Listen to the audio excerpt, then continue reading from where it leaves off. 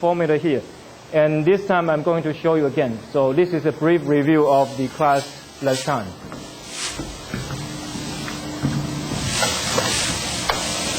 So this is the ungrouped data. Okay, so we have mu x is the mean for population. Okay, this is the mean for population. We have 1 over big N is equal to summation xi.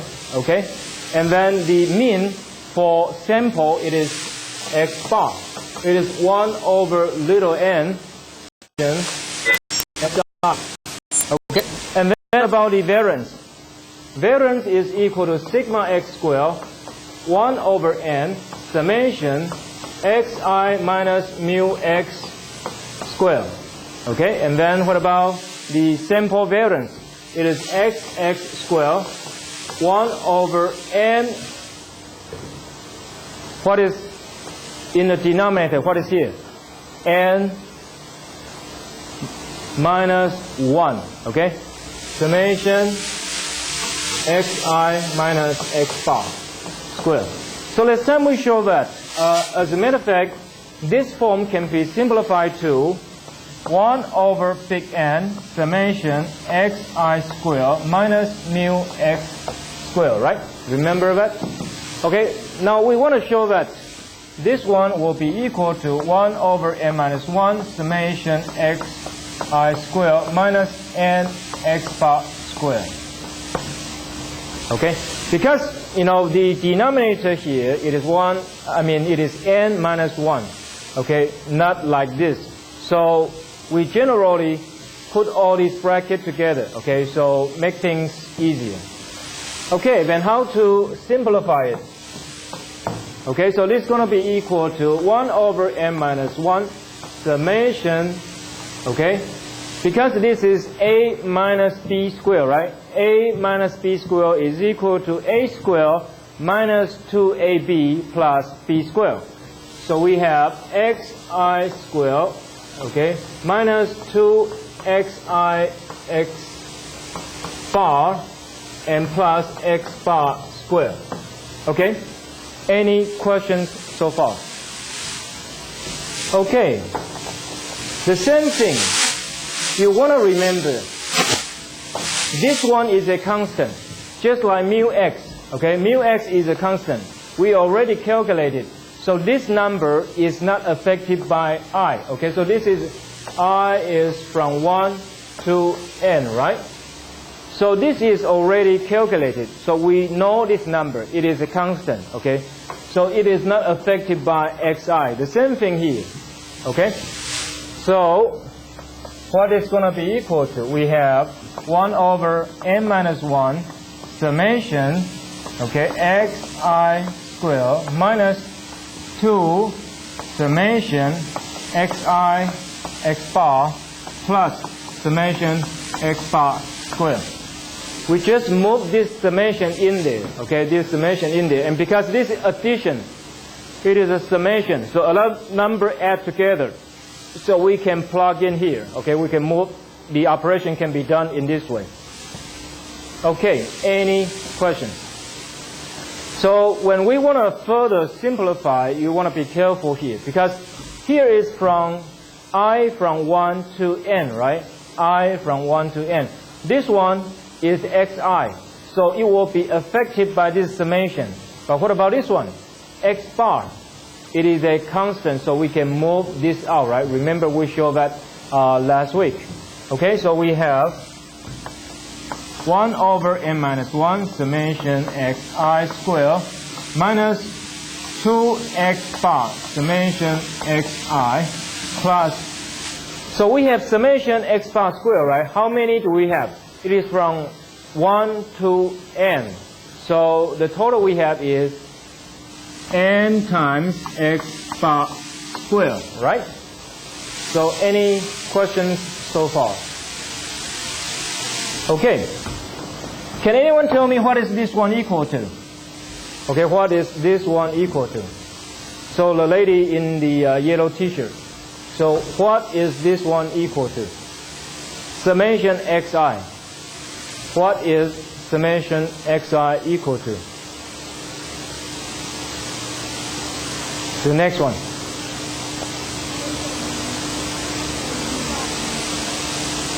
Louder, please. Summation xi, it is here, right? So what is summation xi equal to?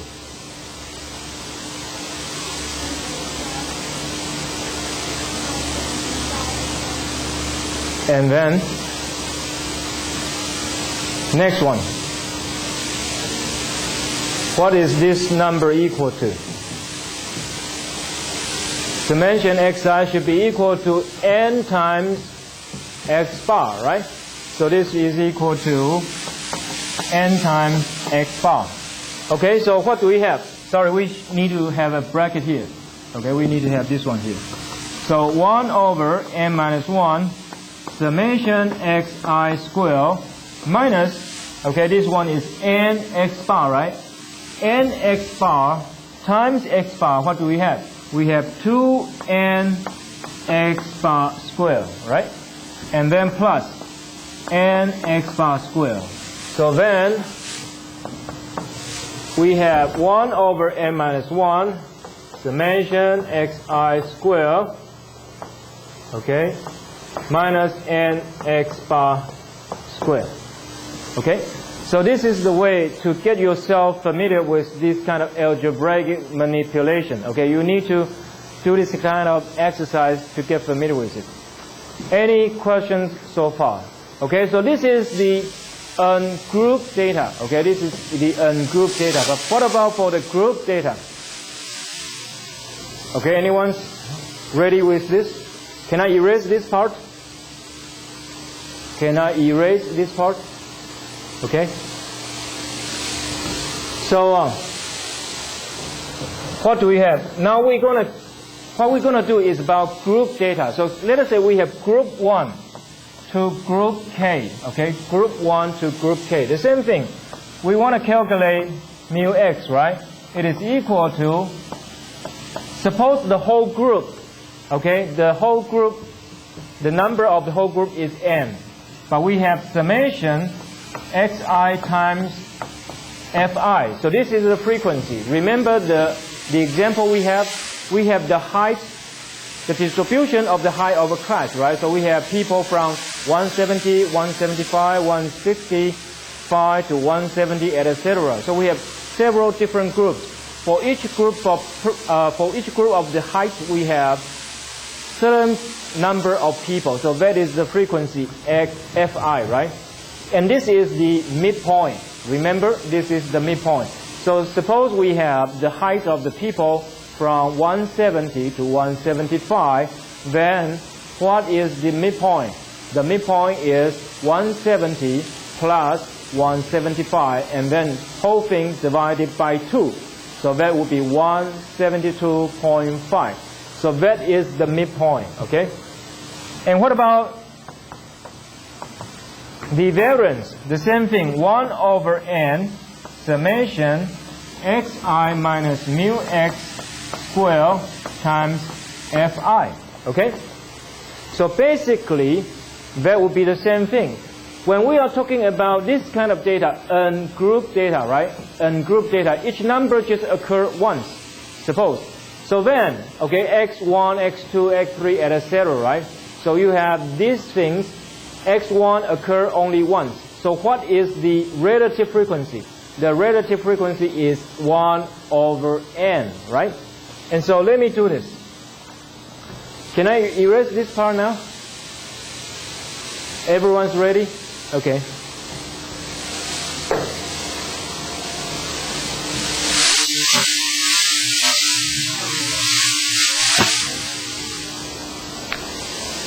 Okay.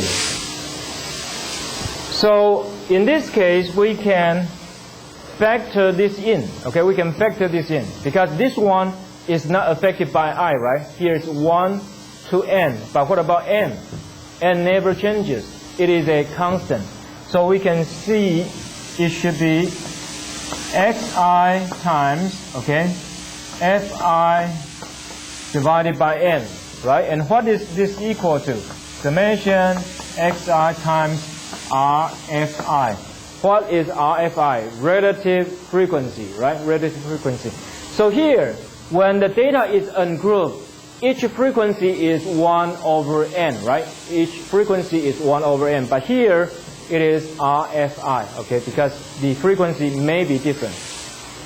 Okay, the same thing here. We can move this in. So what does that mean? That means it can be written in this way. xi minus mu x squared times RFI. So in terms of formula, basically that is the same thing. It is only when we talk about ungrouped data and grouped data, the difference is here, the relative frequency, okay, and the frequency here. Basically, that is the same thing for the group data for the sample, okay. So what would you add? You add Fi here, right? And then what do you have? You have summation xi times Rfi, okay. And what about xx squared? The sample variance. Basically, that will be the same thing. 1 over n minus 1, okay. Summation xi minus x bar squared times fi, okay? And what is that equal to? That is equal to, okay, summation xi minus x bar squared times rfi, okay? Any questions so far? So we just have a brief review of what we have done last week. Questions? And of course, if you want to calculate the mean, the variance, you just plug in the formula, okay? You can plug in the first formula, okay, you can plug in the one we have simplified, right? The one we have simplified, that would be equal to, let us say, it is population variance, it is 1 over n summation xi squared minus mu x squared, right? Remember that is the one we have simplified. Okay. Questions? Let us continue. Okay, so here is the example, right? We use the example there, and then you just basically plug in the number, okay? There's, no gimmick here, okay? You just plug in the number and you get the answer, okay? So when we have the midterm, you want to be very careful. If you apply the formula, okay, so let us say the formula is correct, but you get a wrong answer, you still got points. Okay, you still got points. But let us say you use the wrong formula, but you get the right answer, you got 0 points. Okay, so be very careful here. Okay, we have done this, we have worked through this last week, so let's move on. Okay, cumulative frequency and cumulative relative frequency, the cumulative frequency and the cumulative relative frequency. What is this all about? Okay, let us move on. Okay, so here is the formula. So this type is the group data. Okay, this is the group data. So we have divided people into several groups. Okay, of course you can deal with ungrouped data. Okay, so basically this is the formula. But formula doesn't make sense. Let us look at one example, okay? Example is here. So this is the example we talked about before, okay? We have the distribution of the height of a group of students, okay? And here, if you look at the first column, that would be which group they are in. So the first group, 170 to 174.99, basically that is 175, okay? So the first group, how many people do we have? We have 5 persons, right? We have 5 persons, so that is the frequency. Okay, so that is the frequency.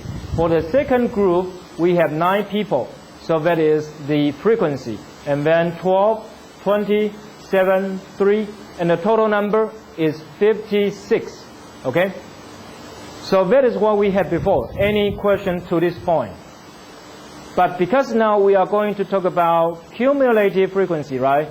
And the cumulative frequency, what is that? Okay, here, the third column, so it is here, that's the relative frequency, right? How to get relative frequency? It's basically 0.089. We get this number by 5 divided by 56. Okay, so how to get 0.089? It is 5 divided by 56. Okay, the second number, 0.161. How to get this?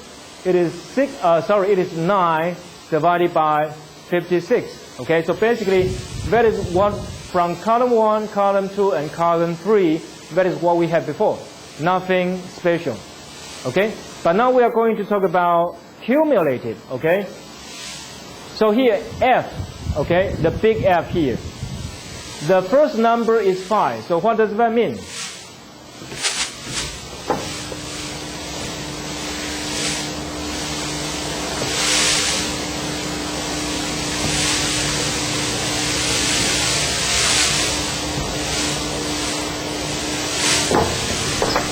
So Fi is equal to summation, okay, I is equal to 1. Because here we use I, right? Okay, here we use I. If we use I again, we're going to get confusion. So let us use J. Okay, so let us use J here. J and then to I. And here it is Fj. Okay? So if I is equal to 1, okay, so let us say I is equal to 1, then it is F1, right? So then it is summation J is equal to 1 to 1, and then Fj. So if that is the case, we are only talking about the first group, okay? So you see the first number, it is equal to 5, right? So we are only talking about the first group, okay? And what about here? F2, right? Basically, what does that mean? That means we are talking about Fj is equal to 1 to 2, okay? Because we are talking about two groups, okay? So that would be Fj, and then it's F1 plus F2. So basically, what is this? It is for Fi is equal to, let us say we have a probability, okay? Then we are going to, because in any case, this is not really about probability, it's about frequency. So let us use a different notation. So let me just try to use this way, okay? So we are talking about all the xi, okay? All the xi is less than or equal to, let me see, because it is not, it is a group data, so it's not about Fi. So what are we going to do? Anyway, so let us put it this way. Suppose we have a number like this. So x1, okay, x2, x3 to xn. Okay, so this one is easier. Okay, we are talking about a whole bunch of data. We have n records. So we have n data, okay, here. And so Fi, if we are going to talk about Fi, what does that mean? That means we are going to get for all those x, okay, less than equal to xi. Okay? So we are going to talk about this. If we talk about Fi, it is about those numbers less than or equal to this one. Okay? So let us say Fi is equal to 5. What do we have? For all the number less than or equal to 5 is included here. Okay? So what do we have? x1, x2, x3, x4, and x5. Okay? So as you can see, the first one we have only 5, right? The second one means the first one plus the second one, right? So it is 14. What about the third one? So it is whatever below here. Below here it is 5, 9, 12. Okay, so you get 26 and then, okay, so here basically what you get. If you have Fi, here you put n. If you put Fn, what does that mean? Whatever is below or equal to xn is in this group, right? So what is the total number? The total number is equal to n. Okay? Okay, and so here it is the cumulative frequency. Okay, cumulative frequency. But what about this one? It is the cumulative frequency. Okay, the cumulative frequency. So here, cumulative frequency it is this way, right? But what about the cumulative frequency? The cumulative frequency is EFI, okay? So that is equal to, okay, because we use I here, so then we use J, Fj. So here we just say for Fi, it is for whatever x less than equal to xi. Okay? That is we call cumulative frequency. But what about here? Dfi, it is equal to x greater than or equal to xi. Okay, so here is the difference. Cumulative, you add it up. Okay, and here you add it down. Okay, different direction. One is going up. Okay, when you're going down, you get more. When that, but this way you're going down, but you get less. Okay. So here it is equal to x1 plus x2 plus xi, right? And what about here? It is xi plus xi plus 1 plus xn. Okay? So make sure that you got this, okay? For Fi, that is cumulative frequency. So it is all the x less than or equal to xi. So what do you have? You have x1, x2 plus 2xi. But what about the cumulative frequency? It is x greater than or equal to xi. Okay? So it is xi plus 1 plus up to xn. Okay? So here, what does that mean? You have dfi, and here is df1, right? So whatever is above, you add them together. So here, for cumulative frequency, 56 is here. But for the cumulative frequency, 56 is there. Okay? And so the cumulative frequency for the second one, so what does that mean? It is 2, 3, 4, 5, 6, right? 2, 3, 4, 5, 6. So you have 53. Basically, that is here, here, here, here, and then you add them all together. I think there is something wrong here. I think it should be 51, right? Because you don't have 5 there, right? So I think here there's something wrong. It should be 51. Okay, it should be 51. So here there's something wrong here. Anyway, basically that is the same thing when you talk about cumulative frequency. Relative frequency, cumulative relative frequency, and the cumulative relative frequency. It is the same thing. Here you divide it by 56. Okay, the difference is there. Okay, any questions? But you may wonder why we have frequency and relative frequency and then the cumulative frequency or, cumulative frequency. Why do we have this? When you take the college entrance examination, right? You want to know where you are located. Okay, so let us say there's the best school. Okay, of course, the enrollment, okay, the number of students can get into the first school. The best school is limited. So let us say there is 100 students in, the enrollment can be as large as 100 students. And your school, okay, is located in 122nd. Can you get into the best school? Of course not, right? So here, the cumulative and cumulative things, we often use, we use them quite often. Just, if you think about it, actually we use them quite a lot. Next one, we're going to show you another example. Okay? Questions so far? Any questions? Okay, let's move on. Later on, we're going to show you, what's the usage of relative frequency, cumulative relative frequency. Anyone knows there is a term called Gini coefficient. Gini coefficient.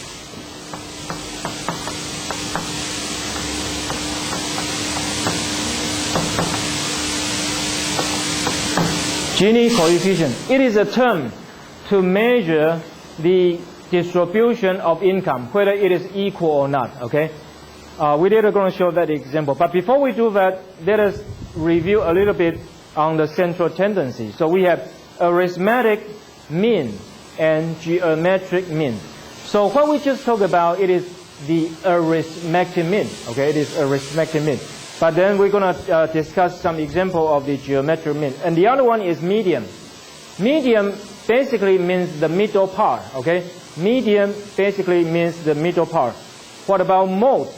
Mode is the number of data that occurs most often. Okay, the value of the data that occurs most often. Okay, let's continue. So how to get median?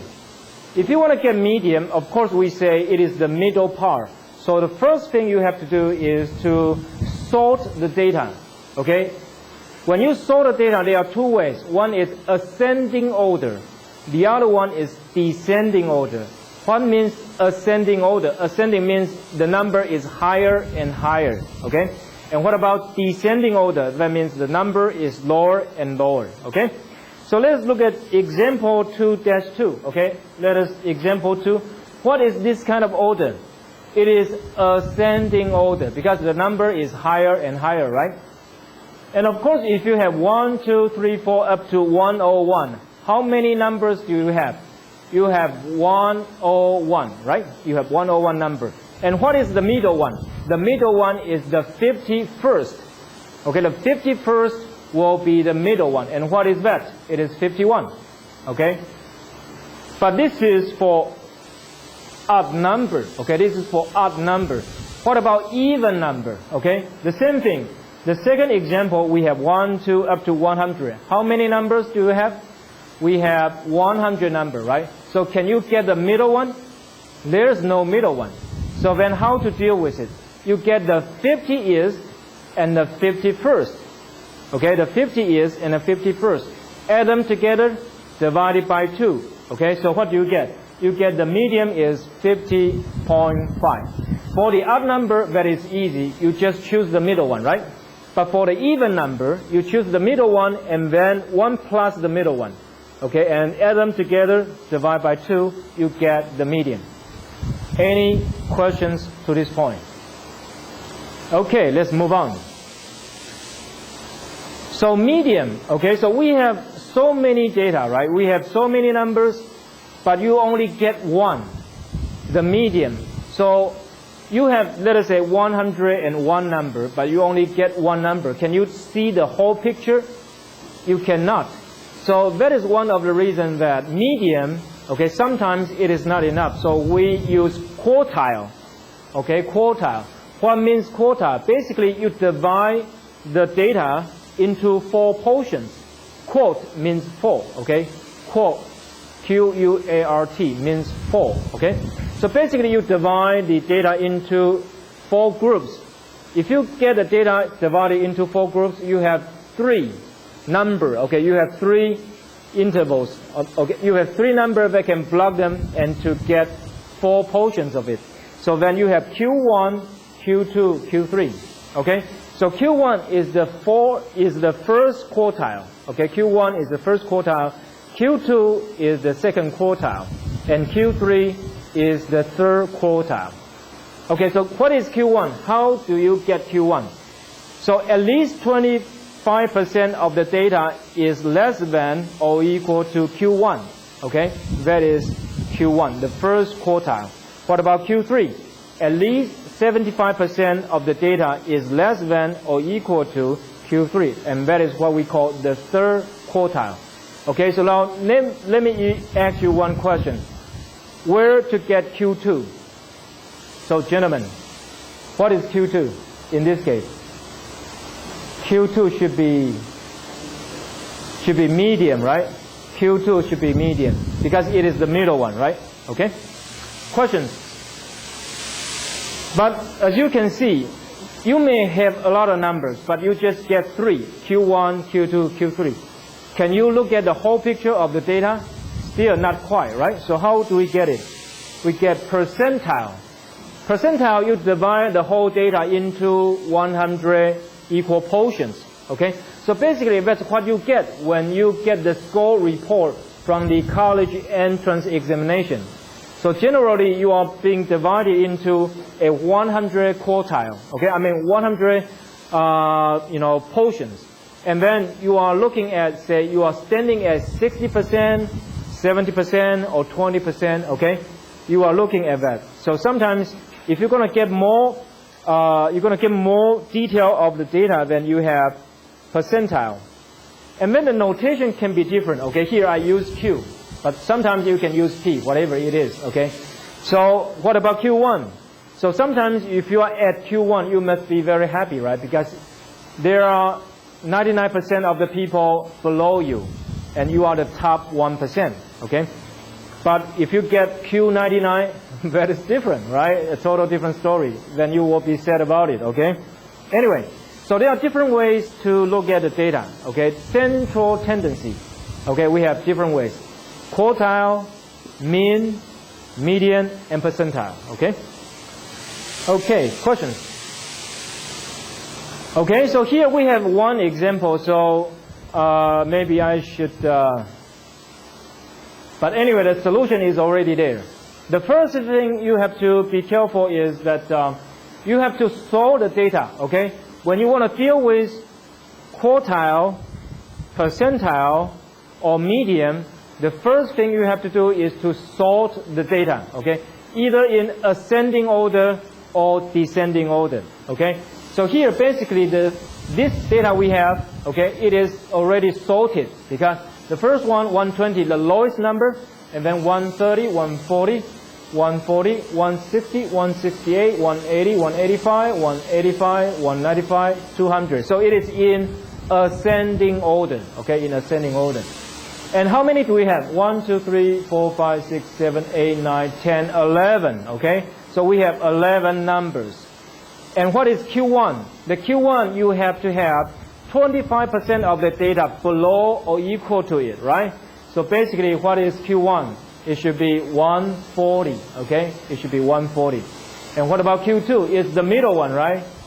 Because we have 11 number, what should be the middle one? The 6, okay, the 6. So it is 168.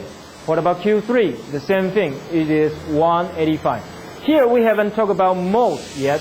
Mode, okay, what is mode? Here is arithmetic mean. Let me try to find where is the formula for mode. Okay, mode. The value of the data that appears most frequently, okay? So then let us look at where is the mode there, okay? Here, if you want to get mode, 140 occurs 2 times, right? You get 2 140. And also you get 2 185. So what is mode? You have 2 numbers, 140 and 185. Okay? Okay, let's look at a different definition of mean. Okay? So basically we already deal with it. Okay, it should be easy. Questions? Okay. So we have trim mean. Okay, what does trim mean? Trim means cut. Okay, trim means cut. So let us say you are going to cut a tree. You trim the tree, trim the branches. Branches means the here. Okay, I'm the stem, and here are the branches. Trim means cut. So sometimes there are extreme values. Okay, so let us say we talked about this before. In terms of the height, the distribution of the height of class. There are some people, very, very tall, okay? But basically, that may distort, okay? That may distort the whole picture. So we sometimes don't want to deal with the extreme value. So then we trim them, okay? So here, get rid of the numbers greater than Q3 and smaller than Q1 and take arithmetic average. So this is what we call trim mean.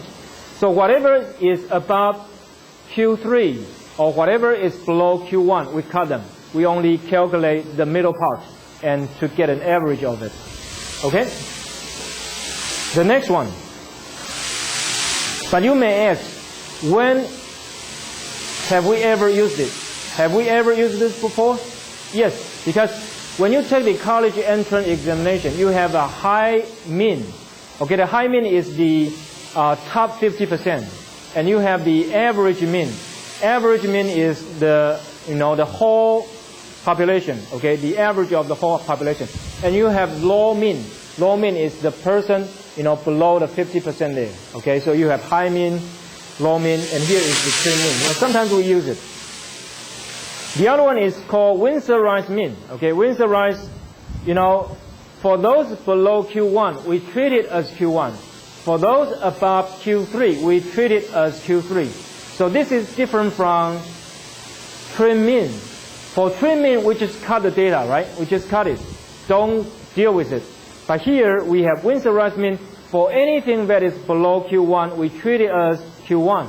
Anything above Q3, we treat it as Q3. Okay? Okay, and we talk about mode. Okay? And here we are going to discuss geometric mean. Okay, geometric mean. Here we are going to discuss the ratio of price increase. So this is 1980. Okay, the index is 100. Okay, so this is the benchmark. Okay, this is the benchmark. And in 1981, we know the price increased by 8%. Okay, the price increased by 8%. And in 1982, of course here now, we are going to compare 81 and 82, right? So from 1980 to 81, the price increase is 8%. From 81 to 82, the price increase is 7.4%. 82, 83, it is 10.3%, etc. Okay, but you have to remember, this kind of relationship, it is in terms of ratio, right? It is a ratio. Okay, the relationship is ratio. It is no longer arithmetic. Okay, arithmetic means you add them together, right? And here it is ratio, so you multiply them. Okay, here you multiply them. So when you multiply something together and you want to get a mean of it, you have to use geometric mean. Okay, what is geometric mean here? G, okay, we use G for geometric mean. It is x1 times x2 times xn to take n degree of root, okay? Basically, if you're going to do with log, that would be the same thing there, okay? Okay, then how do we deal with it? So for the first part that we look at it, okay, we have from 80 to 81, the price increase is 8%. From 81 to 82 is 7.4%, etc. So from here, we multiply all these numbers together. What we get? We get 1.1105. So basically, this is the, just like, when we want to get arithmetic mean. When we want to get arithmetic mean, how do we get it? x1 plus x2 plus x3, etc., right? And then divide it by n, okay? And here, if you want to get geometric mean, you have to time this thing together. So 1.08 times 1.74, etc. And you get this number, okay, 1.1105. And you want to get a mean of it. How do you get that? You take a root, okay? You take root to the n degree, okay? So basically what you get, okay, you get a mean. Two different mean. The first one is 1.1112. It is from the second formula, P2, okay, from the second formula. And here is something we want to do. So we use P1 and P2 to forecast the price of 1985. And because the relationship between all these numbers, it is in terms of ratio, okay, it is ratio. So as you can see, 100 times 1.1112 to 5th power, what do you get? You get 169.4186. And the second one, it is the arithmetic mean. So P1 is the geometric mean, and P2 is the arithmetic mean. And because the relationship between all these numbers, it is multiplication. So in order to get a true value of 1985, which one should you use? You should use geometric mean. So you see, the next number, okay, if you 100 times 1.1105 to 5th power, it is closer to 169, okay? Check this number again. So what's the number? In 1985, the price is 169, right? So you use two formulas. The first one, geometric mean. The second one, arithmetic mean. which one do you get a result closer to 169? The geometric mean. Let us take a break here. We're gonna look at another example. So if you look at this, the formula is basically the same, okay? But of course there's something wrong. It should be multiplication. It's not comma, okay? It should be multiplication. And here we have 1, 2, 3, 4 numbers, right? 1,000, 1,000, 1,000, and 10,000. So if you're going to find mu is the arithmetic mean. Arithmetic mean will be equal to 3205, right? What about geometric mean? Geometric mean is 1778.3. So here, the question is, which number can tell you more about the data? Geometric mean or arithmetic mean? Actually, geometric mean is closer to the picture, right? Okay? But, you know, if you look at the arithmetic mean, you have 3,205. But can you see any 3,000 there? No. Okay? So really it depends. Depends on your purpose and depends on the situation.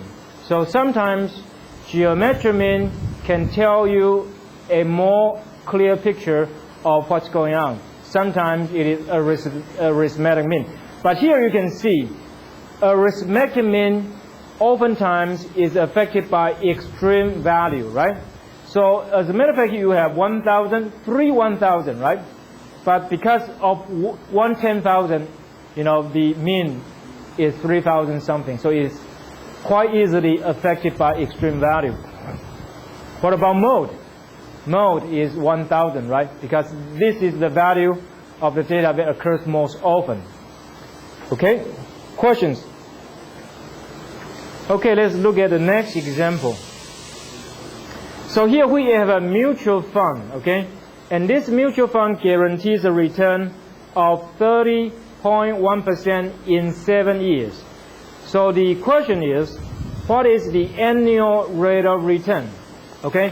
Because in 7 years, what do you get? You get 30.1%. So you may say, okay, here is the case.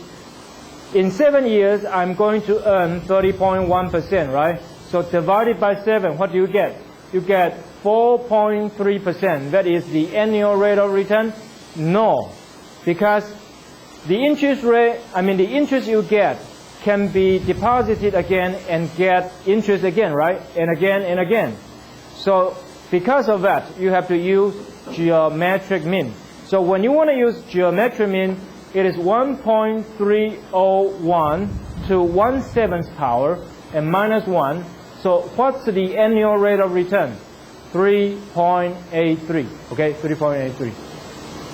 So it depends on the situation.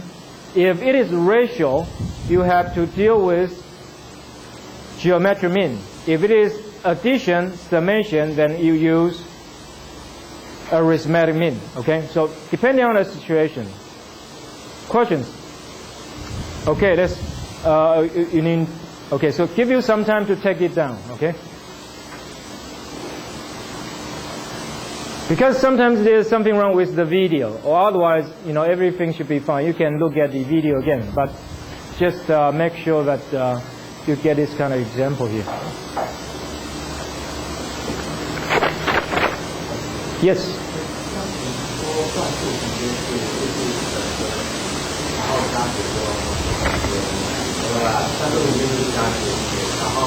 Arithmetic mean is about addition, summation, add them together. Arithmetic mean is about multiplication, multiply, or division, divide.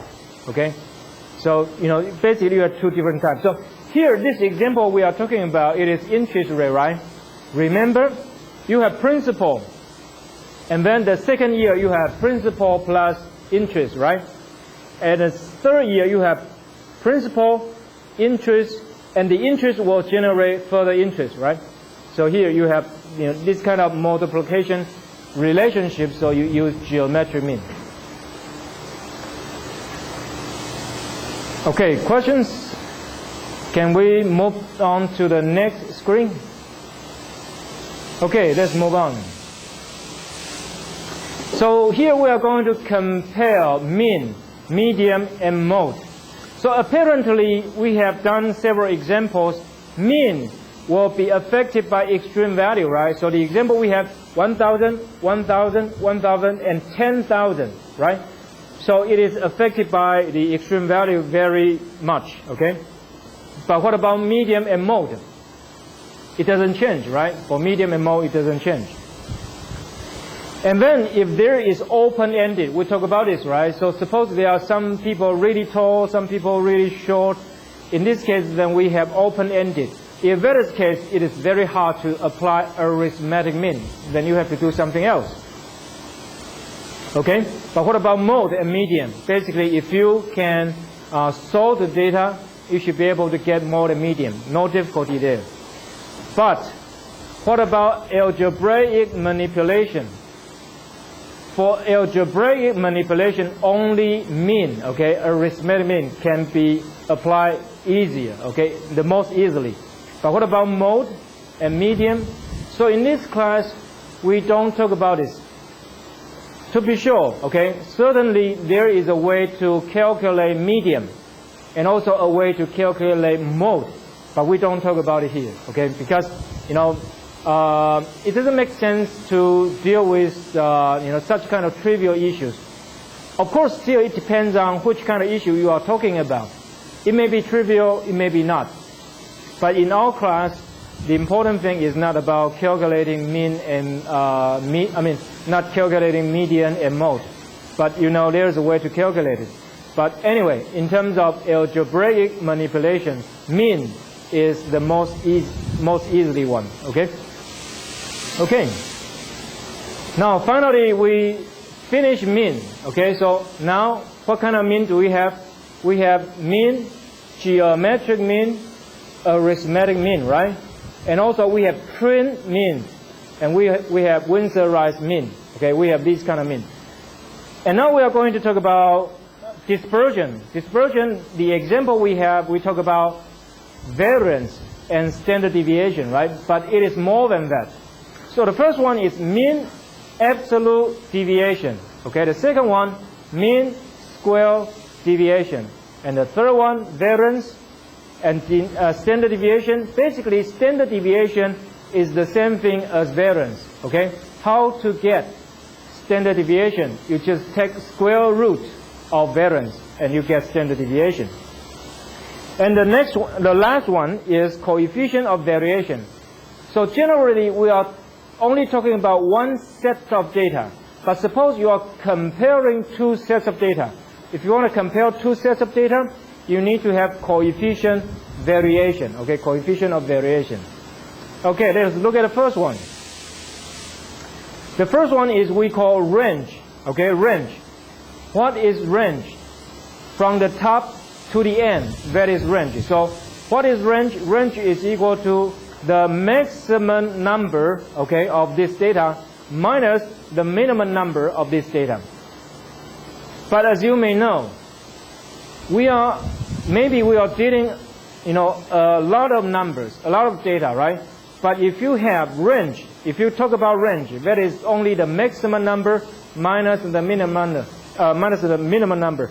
How many numbers do you use? You only use 2, right? So you may have thousands of numbers, but you only use 2 numbers. Does it make sense? No, it doesn't. Especially when there is extreme value. So someone very tall, someone very short, you miss the whole picture. So this is not a good way to measure dispersion. Okay, range is not good. So there is a modification. So range is not good. What do we use? We use quartile range. Okay, so quartile range is Q3 minus Q1. Still, we are only using 2 numbers. Okay, you have a lot of data, you only use 2 numbers. But these 2 numbers may be better, right? Because Q1 is the 25% of the data below it, and Q3, 75% of the data below it. So you are looking at a better picture, okay, at a better picture, but still not good. Okay, let us look at the next one. So this is what we call mean absolute deviation. So here you look at this. Xi minus x bar, right? What is this? and then you take absolute value. Absolute value is to measure the distance between 2 points. Okay, let me repeat this again. What is absolute value? It measures the distance between 2 points. So you measure the distance between xi and x bar, right? But because you have a whole bunch of data, so you add them together, okay? But here, there's something wrong with this formula. You have to time it. Okay, so let me put it here.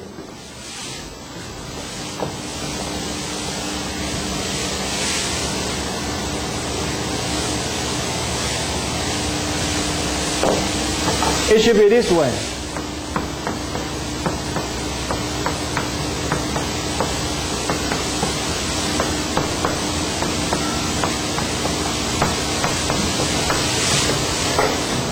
Because here it said it is mean, right? It is mean, so it is average. Okay, so sorry. These two formulas are wrong. It should be that way. 1 over big N, and so down here, okay, down here it should be 1 over big N. Up there, it should be 1 over little n. Okay, so that is mean. Mean means average. Okay. Okay. Next one. Can anyone tell me what is that equal to? Can anyone tell me what is that equal to? So the gentleman in yellow t-shirt. Okay, what is that equal to? Summation xi minus mu x. What is that equal to?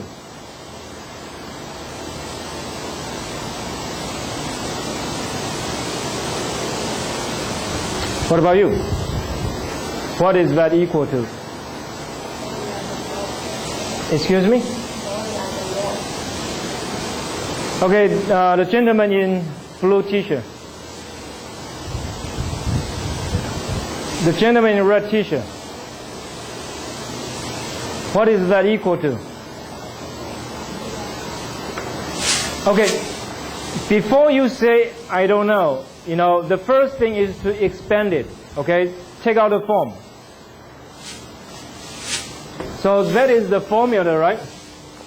Then you expand it and trying to figure out what's going on. And to expand it is one way to simplify it. So summation xi minus mu x, right? So what do you have? That is equal to summation xi minus summation mu x. Any question to this point, right? Okay. Can anyone tell me what is this one? Because this one can be related to mu x, right? So what is this one? We already talked about it in the first period, right? What is this? So the girl in red t-shirt. What is this equal to? Mu x is equal to 1 over n times summation xi, right? So what is this equal to? N times mu x. What about this one?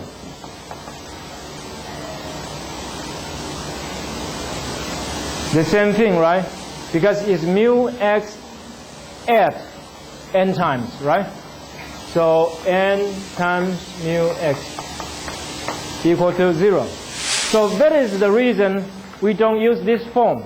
If we use this form, you get 0. So you have to use absolute value. Okay, you have to use absolute value to measure, the dispersion. What about the second one? The same thing, right? It is also equal to 0.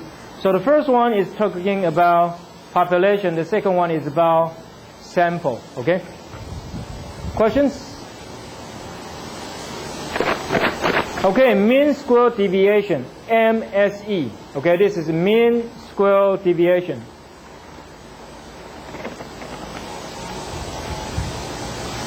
So basically, we already done that.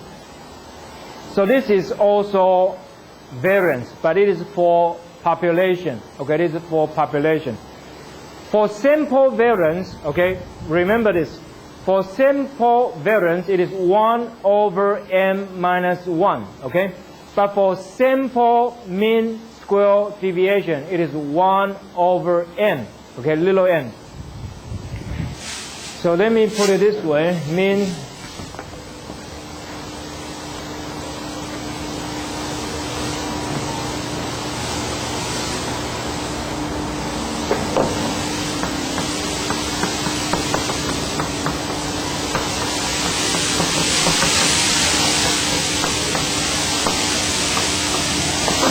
so this is for the population, okay, this is for the population. This is for the sample, right? 1 over n summation xi minus x bar square. So for sample variance, it is different. It is 1 over m minus 1. But for sample mean square error, did I get it wrong? Deviation, sorry, it should be MSD. It should be MSD. Okay? So you've got to remember different kind of terms use different kind of formula, okay?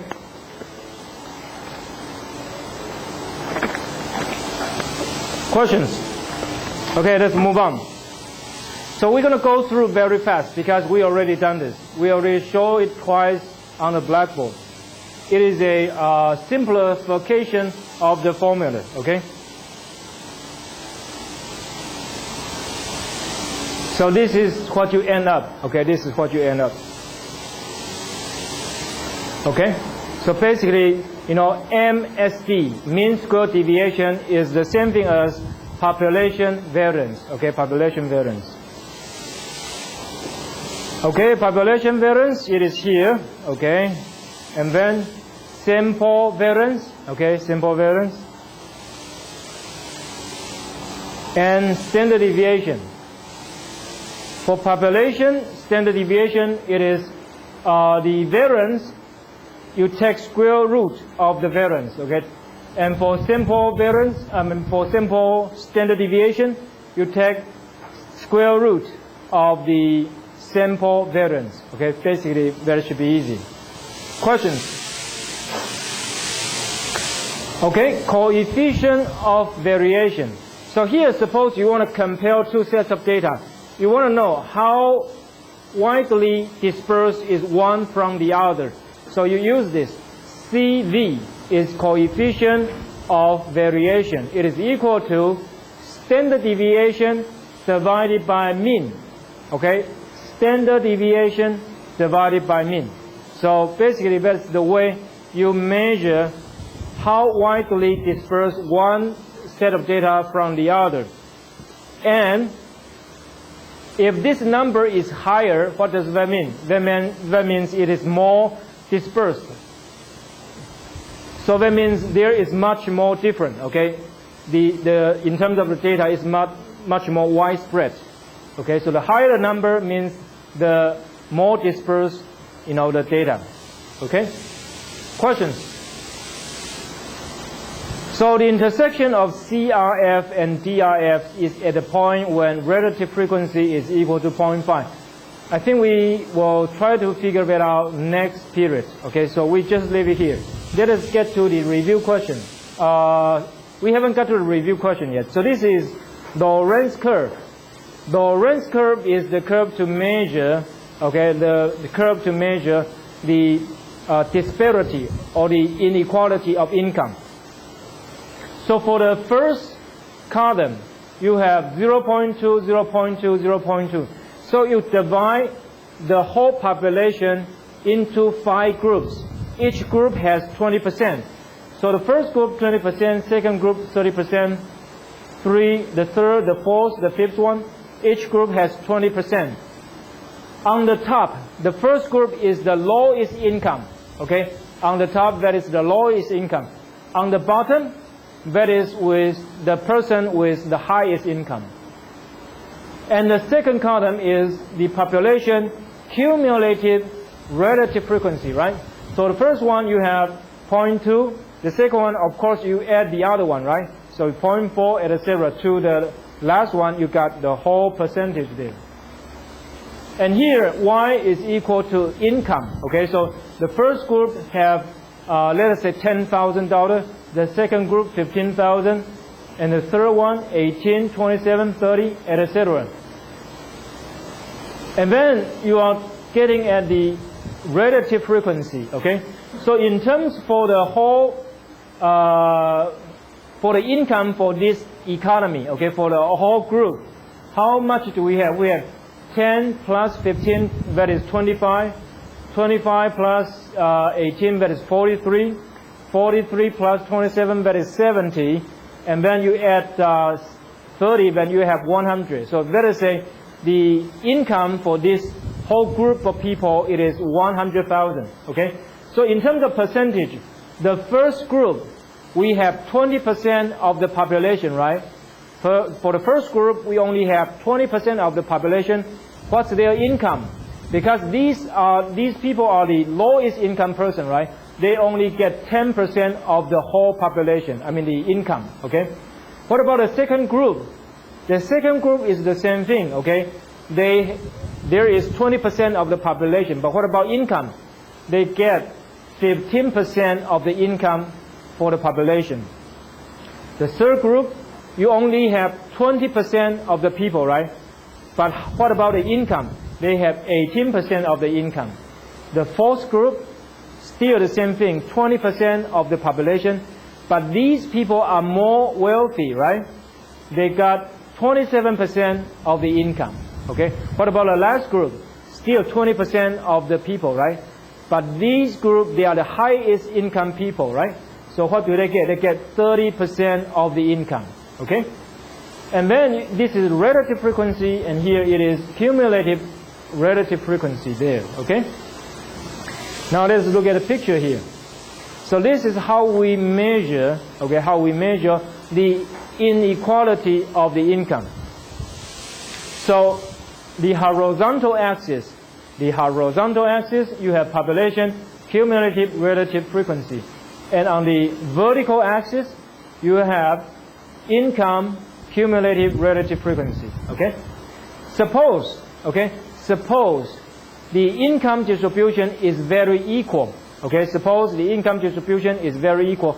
What do you have? You should have a straight line, okay? That is the 45-degree line. There's no area down there, okay? That is the most equal distribution of income. So the first 20% of the people get 20% of the income. The second group also get 20%, the third, the same thing, okay? That is the most equal distribution. But, of course, in this case, we know it is not an equal distribution because, for the last group, only 20% of the people, but they get 30% of the income, right? For the first group, there is 20% of the people, but how much income do they get? They only get 10% of it, okay? So basically, this is an application of cumulative relative frequency. This shows you that, indeed, we use this kind of distribution. This kind of concept, cumulative relative frequency and the cumulative relative frequency. So what is Gini coefficient equal to? It is A plus B, right? Divided by A. A plus B divided by A divided by A plus B. So what is that equal to? That is equal to 2A. So the higher the number, the income distribution is more unequal. Okay, the higher the number, it is more unequal. The lowest number is 0. That means the income distribution is the most equal one. But what about 1? That means that's the most unequal. Okay? Okay. Now we get to review question. Okay? So the following is the frequency table of the score of statistics for class. Okay?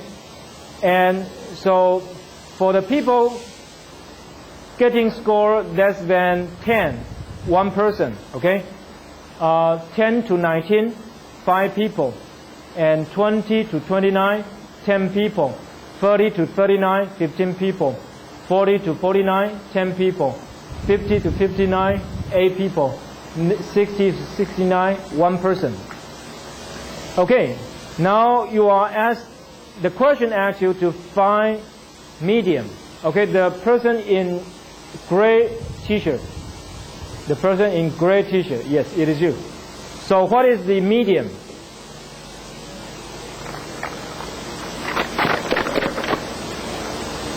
Median is the middle part, right? So which one is the middle part? First, can you tell me how many people in this class? How many people in this class? How many? 50, okay? So which one should be the middle one? 25 and 26, right? Okay, because it is even number. So you are looking at 25 and 26. So which one is the 25th and 26th?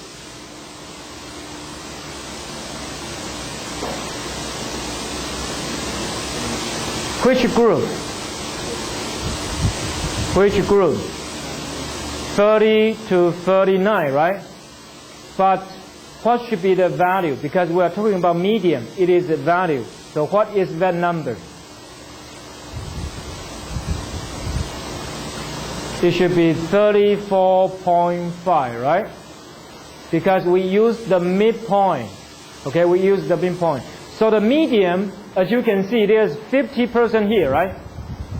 And the middle one is the 26 and 25. Okay, 25th and 26th. And so you have to try to figure out where is that 25th person and 26th person, right? So it should be in which group? That group. 30 to 39, right? But we are talking about a group. This is group data, right? So you use midpoint to represent that group. So what is the midpoint for 39 to 30? It is 34.5, right? Okay, get it? Questions? Okay, then what about mode? You know, the next person in white t-shirt. What is mode?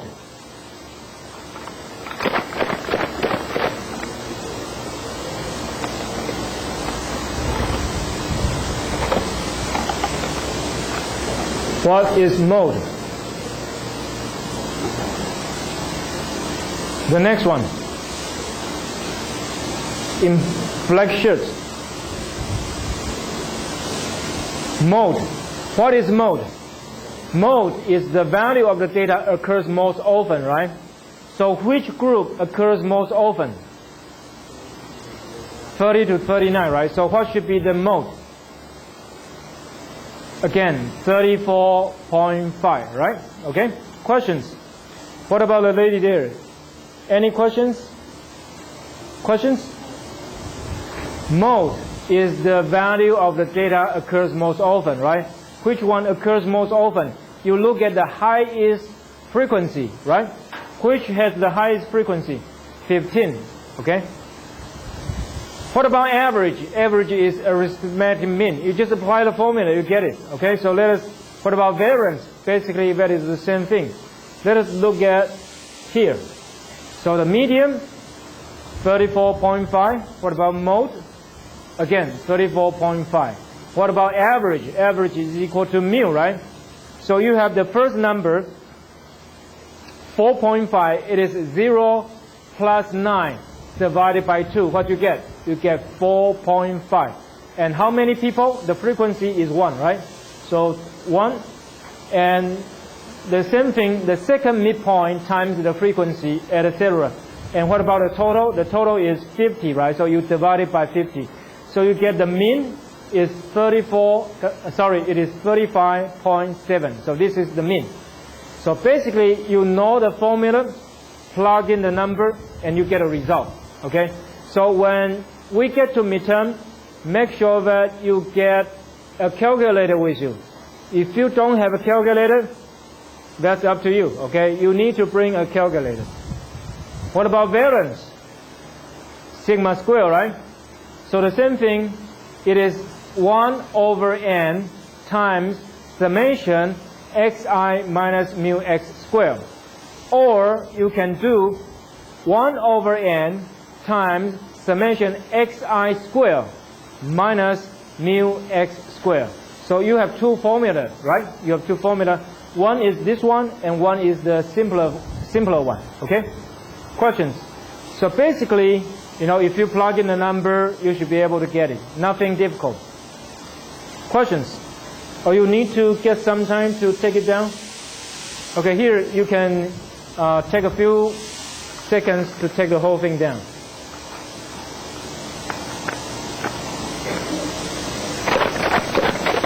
Or I suppose you can look at the video again, right? Let us move on to the next question. Okay, with the following data, please find median, mode, average, and variance. But this one is different, okay? Why it is different? Because it is not sorted, okay? It is not sorted, so you have to sort it first, okay?